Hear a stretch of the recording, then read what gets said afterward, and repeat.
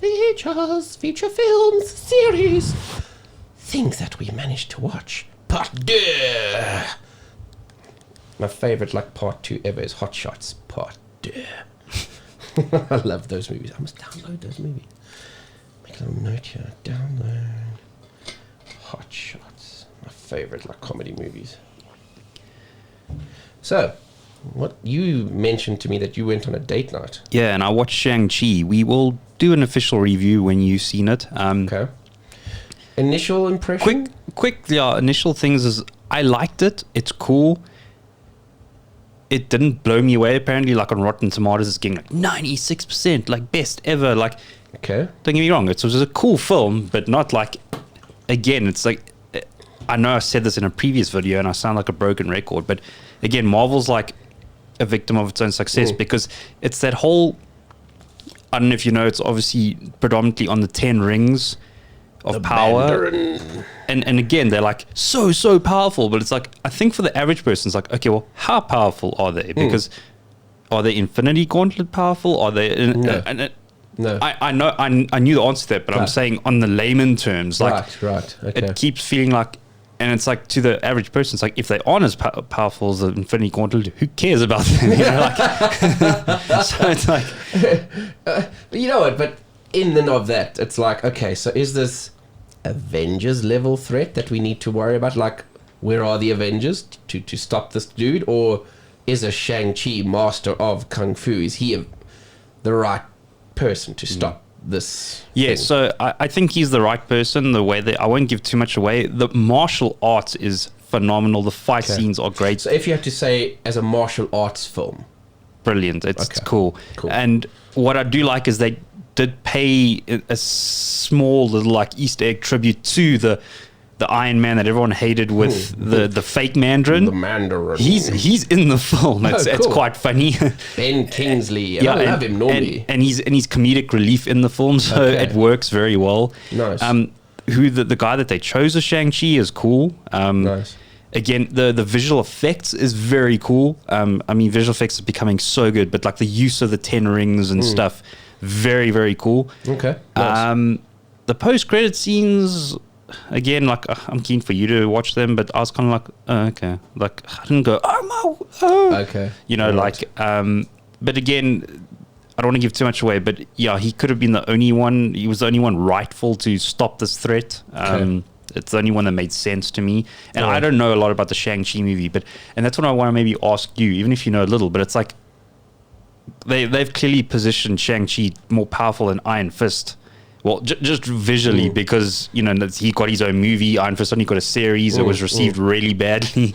So I'm like, who is actually more badass? But if you watch it just off media, like, Shang-Chi will, like, kick the hell out of him. Like, easy peasy, dude. He's like a badass. So the way I understood in the comics, and I stand to be corrected because I didn't really read a lot of that stuff, but initially Shang-Chi was supposed to pay homage to Bruce Lee.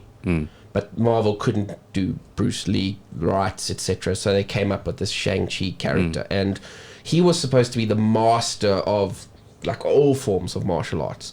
Whereas the way I understood it is Iron Fist studied a particular type of kung fu from Kunlun, and would therefore become their champion. And the way it was all set up was they would have these tournament, almost like Mortal Kombat tournaments every so often, and the various different regions, realms, dimensions, whatever it was, their art would be on thing to see who would which art would be the supreme art for however long, etc. And part of his particular thing was that ability to create the Iron Fist and channel that energy into like one punch type of thing, whereas Shang-Chi was supposed to be almost like this master of all the forms of martial arts.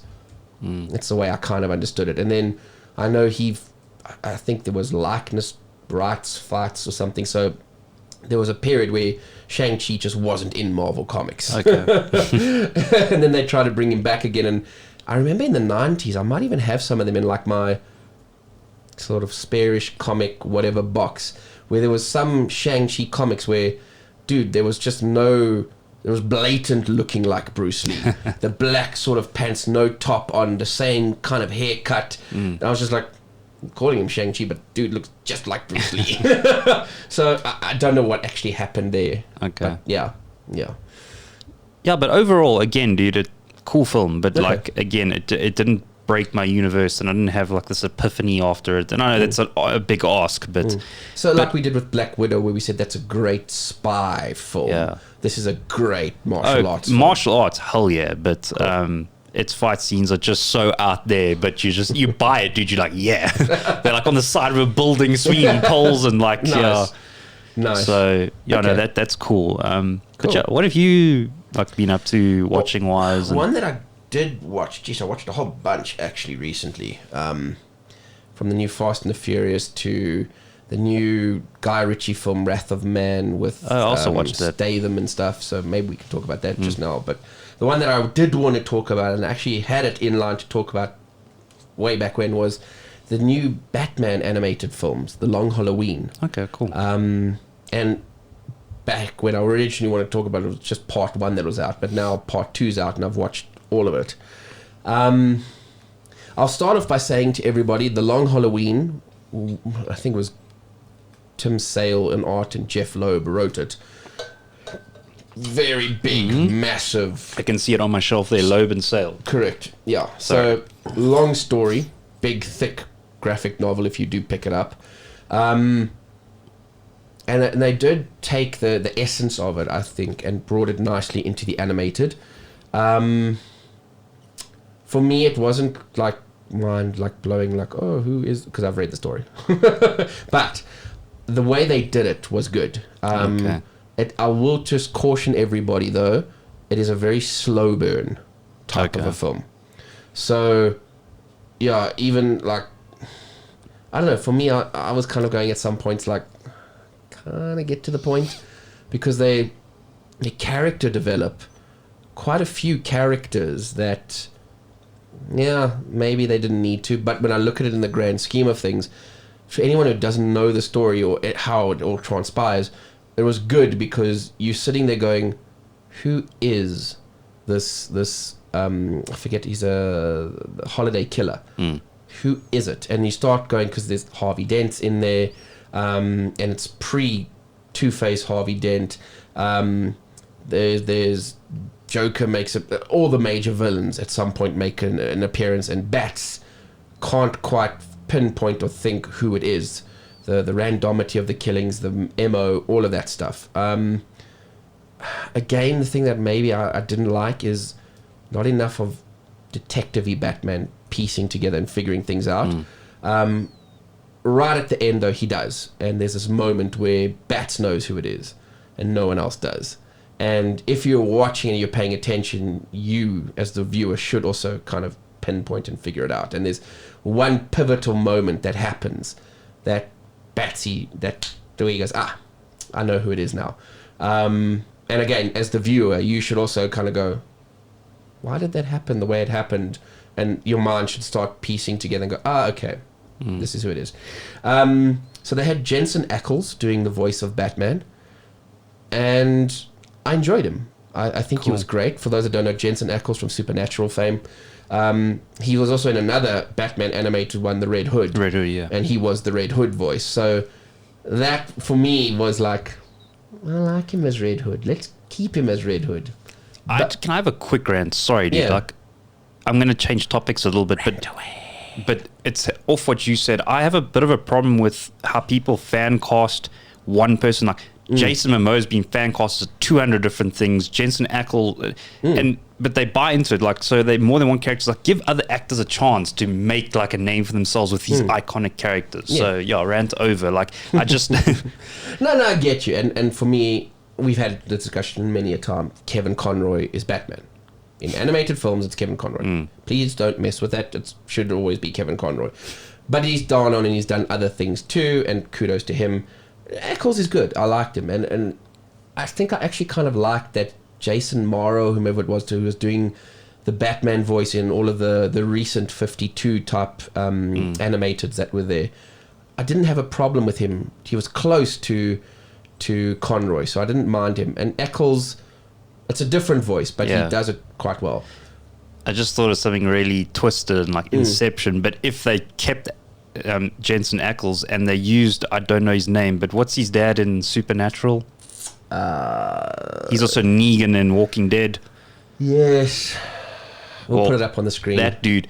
Now remember, he's like also, man, why am I going? Flashpoint. Thingy Wayne. Thomas Wayne. So it would be quite a weird, like, what the hell? Universes. It would be quite trippy, actually. I like him actually as an actor in totality. And the name is, I see the face there. And Isn't it Jeffrey Morgan? Or yes, something Jeffrey like Dean that? Morgan. Yeah. That's it. I can't remember who did the Joker voice in this, but I liked him. It's almost like he was trying to go the same direction as what Mark Hamill did. Nice. So the laughs are hysterical, and the voice, he's trying to put on that kind of Batsy voice, and it worked. I was like, kudos to you. A bit of a sad note, the lady who played Catwoman, her name was Naya Rivera. Okay. At the end of, I think it's the second one, they put up a whole in honor or in memory of Naya Rivera. She passed away last year. Man. So I didn't have enough time to see what else she did, but the films were dedicated in her memory. And I don't know if it was a COVID-related type of death or what happened, but she was very good as Catwoman. Very, very nice voice actress and everything. And sadly, there's a talent that came and is now sadly moved on. Flip, man. Yeah, so bit of a sad note there, but overall, I liked it. Like I say, if you're strapped in for a slow burn, it's entertaining. Definitely give it a watch. The animation is great. There was that other one that I watched, that Batman, that was all about the kung fu, etc. too. I can't remember what it was, and I didn't like that one. But this one I did. This one had more of the. It gave me a sense of the same kind of the ones that DC animation that we were accustomed to and enjoyed, etc. So visual, great, nice voice acting, and it is a good story. It's enjoyable to watch. Yeah, man. So, if you liked what Mark and I were talking about here, or just like our content in general, please like, subscribe, and hit the bell notification for more videos. And yeah, do us a favor and find us on the social media platforms like Facebook and Instagram. See you in the next video.